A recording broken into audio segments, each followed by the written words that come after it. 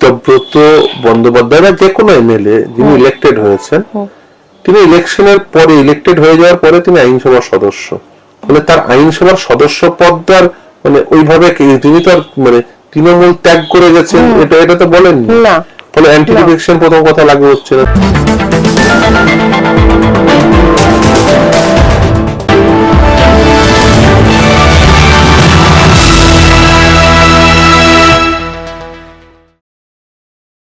Anti defection ল বা দলত্যাগ বিরোধী আইন যাতে লাগু না হয় তৃণমূল বিধায়কদের উপর, তাই তারা চেষ্টা করছেন আলাদা গোষ্ঠী হিসেবে থাকার।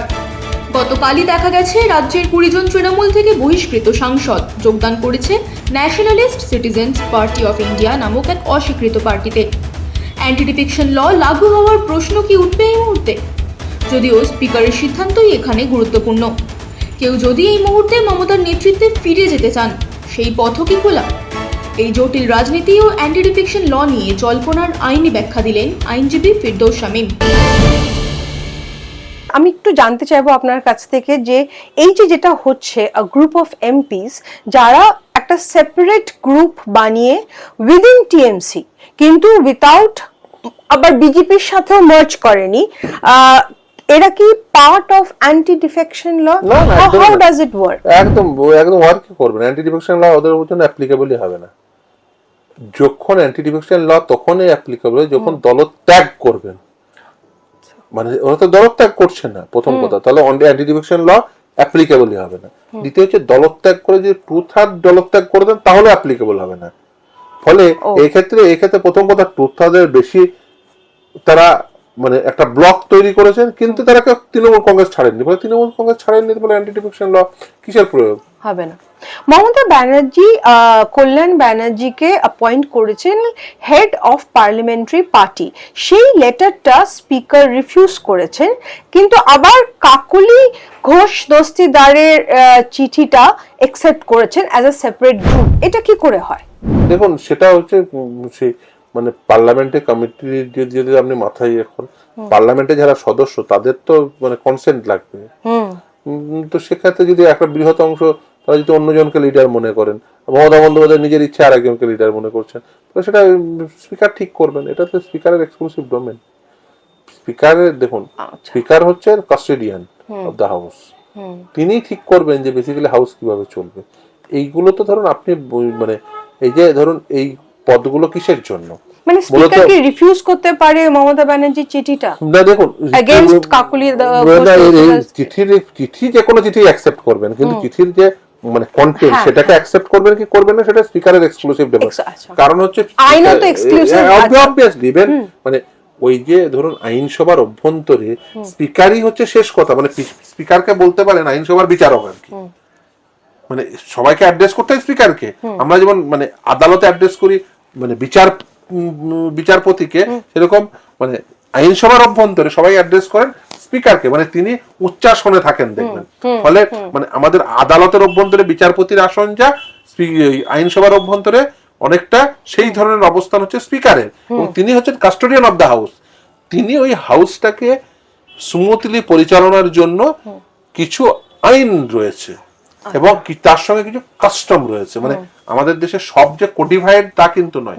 আমাদের দেশের মানে আমাদের দেশ কোন বিশ্বজনীন গণতন্ত্রেই তাই, বিশ্বজনীন গণতন্ত্র তত বেশি স্ট্রং ধরে নেওয়া হয় যেখানে লেস কোডিফাইড অথচ ইন অর্ডার আছে, সেই দেশ তত বেশি উন্নত ধরে নেওয়া হয়।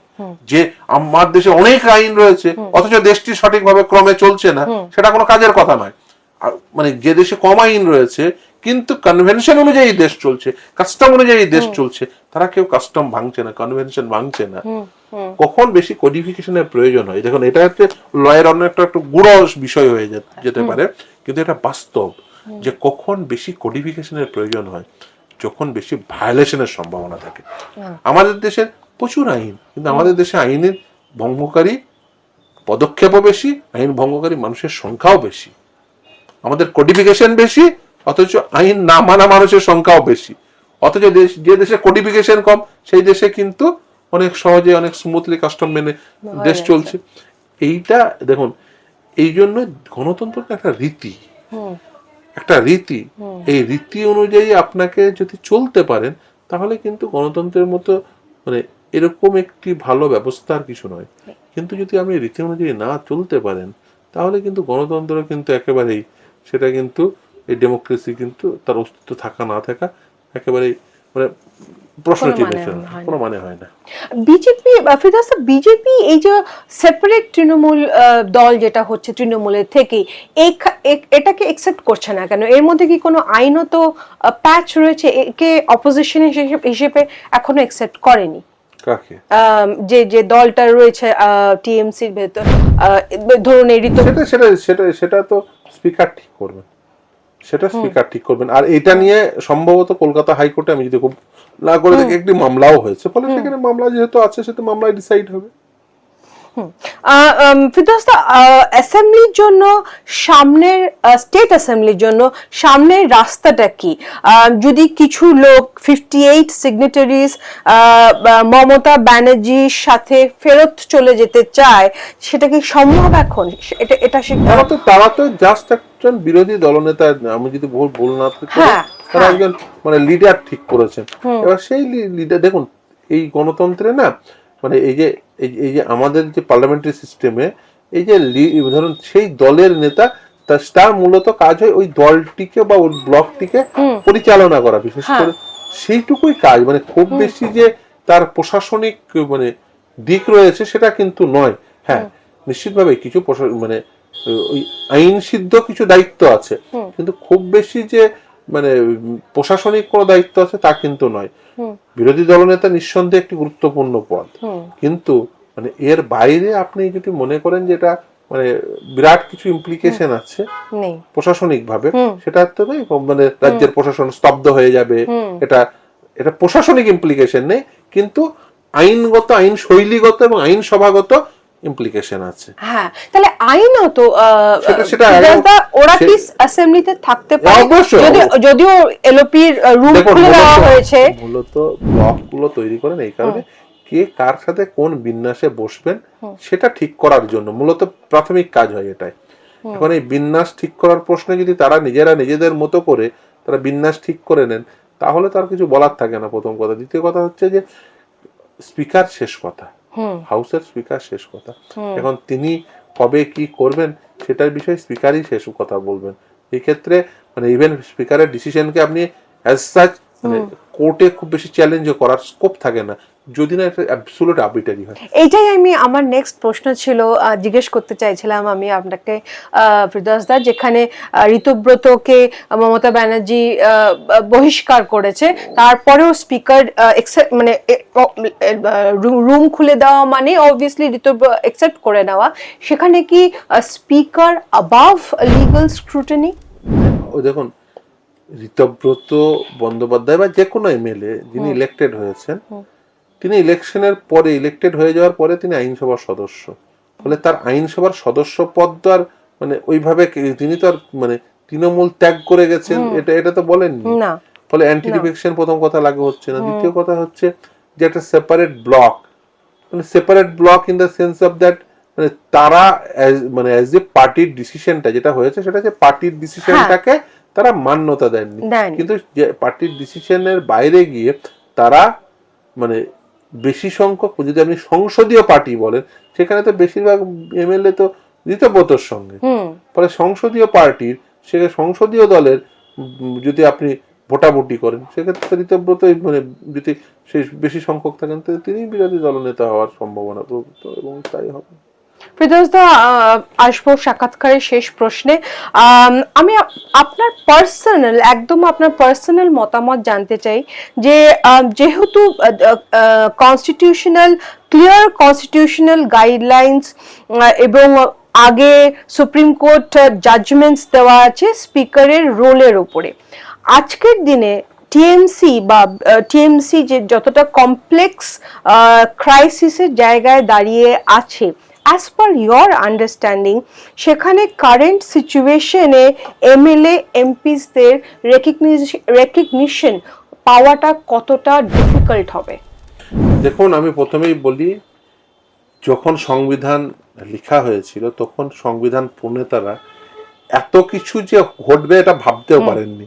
মানে মানুষের সাথে এত বেইমান মানে রাজনীতিবিদ যে ভারতবর্ষে জন্মগ্রহণ করবে এটা কনস্টিটিউশনাল মানে যারা এক্সপার্ট তারা কোনোদিন ভাবেননি, আমাদের সংবিধান প্রণেতারা কোনোদিন ভাবেননি। ফলে অ্যান্টি ডিফেকশন লটাও ইভেন আমাদের সংবিধানে শিডিউলে আছে, দেখবেন সেটা কিন্তু পরবর্তীতে সংযোজিত হয়েছে। মানে যখন সংবিধান লেখা হয়েছিল তখন তারা ভাবতেও পারেননি যে কেউ মানে এত বেইমান হবে আর কি, হ্যাঁ, কোনো বেইমান রাজনীতিবিদ হবে। তো যাই হোক, এটা হয়েছে সময়ের সঙ্গে সঙ্গে, কারণ ল হচ্ছে ডাইনামিক সাবজেক্ট। ফলে সময়ের সঙ্গে সঙ্গে এই ডাইনামিসিজমের উপর ভিত্তি করে একাধিক আইন এসছে, আইনের অ্যামেন্ডমেন্ট এসছে। আপনি যেটা জিজ্ঞাসা করলেন সেটা হচ্ছে সময়ের দাবি কি, হ্যাঁ, স্ক্রুটিনাইজড হওয়া উচিত, জুডিশিয়াল রিভিউ এর মধ্যে আসা উচিত, অবশ্যই আসা উচিত। এবং এর আগে দেখেছেন একাধিক ডিসিশন সুপ্রিম কোর্টের যে সংসদের বা বিধানসভার অভ্যন্তরে গৃহীত ডিসিশনকে স্ক্রুটিনাইজড করেছেন, বাধ্য হয়েছেন, আমি রাদার বলবো বাধ্য হয়েছেন। আপনাকে একটা উদাহরণ দিই তাহলে পরিষ্কার হয়ে যায়। ধরুন মানে বিধানসভার অভ্যন্তরে হয়তো একদম চাক্ষুষ ভাবে দেখা যাচ্ছে যে একটি দল মেজরিটি পাচ্ছে, অথচ সেটা স্পিকার মানে সে আরবিটারি একটা ডিসিশন নিল, তাহলে কি চ্যালেঞ্জ হবে না? অবশ্যই চ্যালেঞ্জ হবে, সেটা জুডিশিয়াল রিভিউ হওয়া উচিত। হয়তো বিধানসভার অভ্যন্তরে একজন এমএলএ আরেকজন এমএলএকে খুন করে দিল, যদি বিধানসভার স্পিকার যদি বলেন যে না আমি ওই ডেড বডিটাকে বের করতে দেবো না, সেটা তো হতে পারে না। আমি জাস্ট উদাহরণ দিলাম বোঝার সুবিধার জন্য। ফলে সেটা কি জুডিশিয়াল রিভিউ এর মানে সাবজেক্ট ম্যাটার হবে না? অবভিয়াসলি হবে। ফলে এই যে বিষয়গুলো আছে এবার এতটা মানে কোন স্পিকার যে এরকম আরবিট্রারি ডিসিশন হতে পারে, এরকম পাগলামি করতে পারে, এটা আপনি আমি হয়তো ভাবছি না, আজ থেকে 10 বছর পরে হয়তো সেটাও হতে পারে। ফলে আজকে বাংলায় যা হচ্ছে এটা তো আমরা করতে পারি 15 বছর ভাববে। মানে আপনি আমি যখন মানে আমরা যখন মানে বড় হচ্ছি, আমরা যখন এই পশ্চিমবঙ্গের রাজনীতিটা দেখেছি যে অবস্থায়, আর আজকে যে রাজনীতিটা দেখছি, এটা মেলাতে পারি না কোনোভাবেই। মানে আমি তো কোনোদিন ভাবতে পারতাম না যে এই আমাদের কাছে কংগ্রেস নেতা মানে এই প্রণব মুখোপাধ্যায়, গনি খান চৌধুরী, আব্দুল মান্নান, অধীর রঞ্জন চৌধুরী, এরা সব কংগ্রেস নেতা। আমরা কোনোদিন ভাবতাম না যে এরা কংগ্রেসের বাইরে কোনো জায়গায় মানে যেতে পারেন। আবার সিপিএম এর নেতা মানে এই সিপিএম এর নেতা, তারা সিপিএম এর বাইরে অন্য জায়গায় যেতে পারে, এটা ভাবতেও পারতাম না। ফলে এই যে ধরুন মানে এর বাইরে গিয়ে মানে এটা ভাবনাতীত ছিল।